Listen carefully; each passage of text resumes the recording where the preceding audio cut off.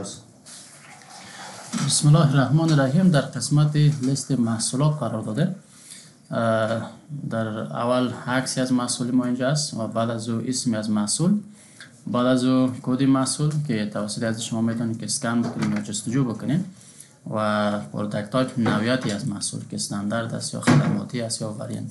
اگر استاندارد باشه محصولاتی که همیشه عموم است و اگر سرویس نشته باشه یا خدماتی جا خدمات است مثلا تامین. و اگر وریانت باشه این محصول داره چندین نوعیت است، مثلا دل است، دل مثلا سیاه یا سیلور یا مثلا کاربن فایبر است. یا آیفون باشه مثلا رنگ آبی داره، رنگ سفید.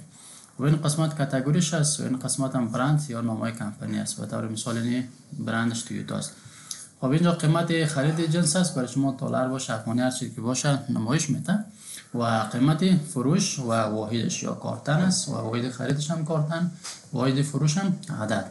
خب تعدادی که فعلا چقدر در گدام موجود است این نمایش میده. به طور مثال اگه 3 دانه 4 دانه 5 دانه گدام داشته باشین در مجموع تعدادش مجموع کرده اینجا برای شما نمایش میده. و شما در این قسمت میتونین فیلتر بکنین، مثلا نظر به کاتگوری میتونین فیلتر بکنین، جنسایتون نظر به کاتگوری میتونین فیلتر بکنین یا نظر به برند میتونین فیلتر بکنین.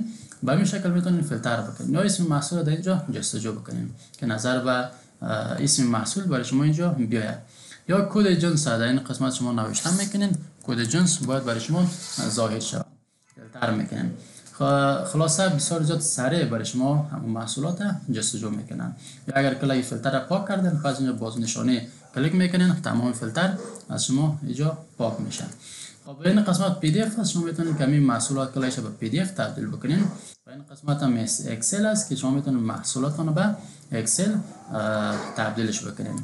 و این قسمت دیگر هم برای شما تکمیل ایجاد کردن است، کلیک میکنین و یک محصول جدید شما میتونید ایجاد بکنین و این است از لیست محصولات. و در این قسمت شما میتونید که لیست از محصولات از جستجو بکنین. به طور مثال هر نامی که در اینجاست تمام این نام ها را میتونید جستجو بکنین. به طور مثال نام محصول باشه اسکرین میاد. به طور مثال با استفاده از کد نمبر مثلا اگر من 1004 نوشته بکنم همون کد نمبر 1004 برای شما اینجا ظاهر میشه. به شکل شما میتونید که محصولاتون لیست بکنین.